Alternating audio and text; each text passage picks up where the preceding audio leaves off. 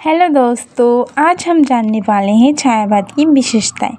तो छायावाद की विशेषता देखने से पहले हम देख लेते हैं उनकी जो परिभाषा है।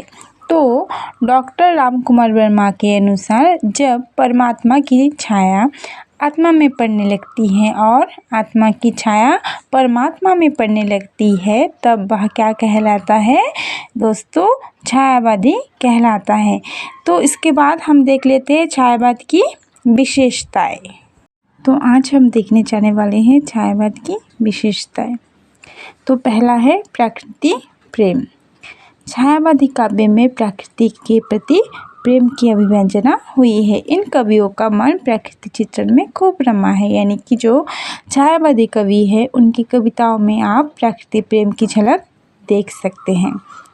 दूसरा है प्रेम एवं सौंदर्य का चित्रण। तो जो छायावादी कवि हैं उनकी कविताओं में आप लोग प्रेम एवं सौंदर्य का चित्रण देख सकते हैं। छायावादी कवियों ने नारी सौंदर्य तथा प्रेम का चित्रण बड़ी रुचि और सहृदय के साथ किया है। उदाहरण है नील परिधान बीच सुकुमार खुल रहा मृदुल अत खुला अंग। दूसरा एग्जाम्पल है खिला हो जो बिजली का फूल मेघवन बीच गुलाबी रंग। तो इससे पता चलाया जा सकता है कि इसमें जो सौंदर्य है, नारी सौंदर्य, उसका बहुत ही बखान किया गया है। तीसरा है रहस्यवादिता।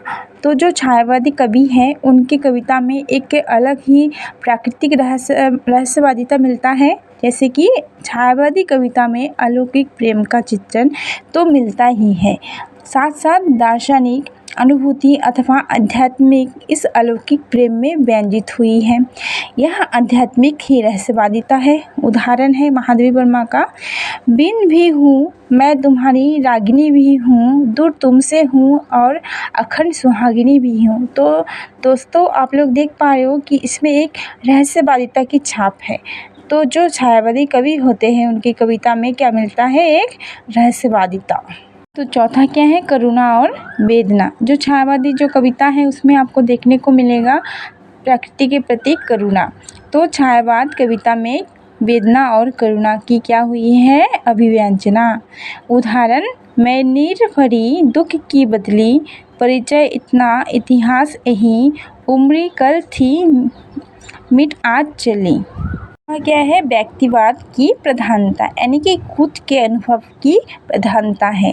जो छायावाद की जो आप लोग कविताएं पढ़ते हो तो उसमें क्या होता है, जो कवि होता है वो अपने अनुभवों को आपसे शेयर करते हैं। तो पहला क्या है? छायावादी कविता मूलतः व्यक्तिवाद की कविता है जिसमें कवि की निजी अनुभूति यानी कि खुद के जो एक्सपीरियंस है उनको, उनके जो सुख है दुख है उनको क्या करते हैं? वो अभिव्यक्त करते हैं। तो जिसमें कवि की निजी अनुभूति तथा सुख दुख की अभिव्यंजना है। छठवां क्या है? अलंकार विधान है।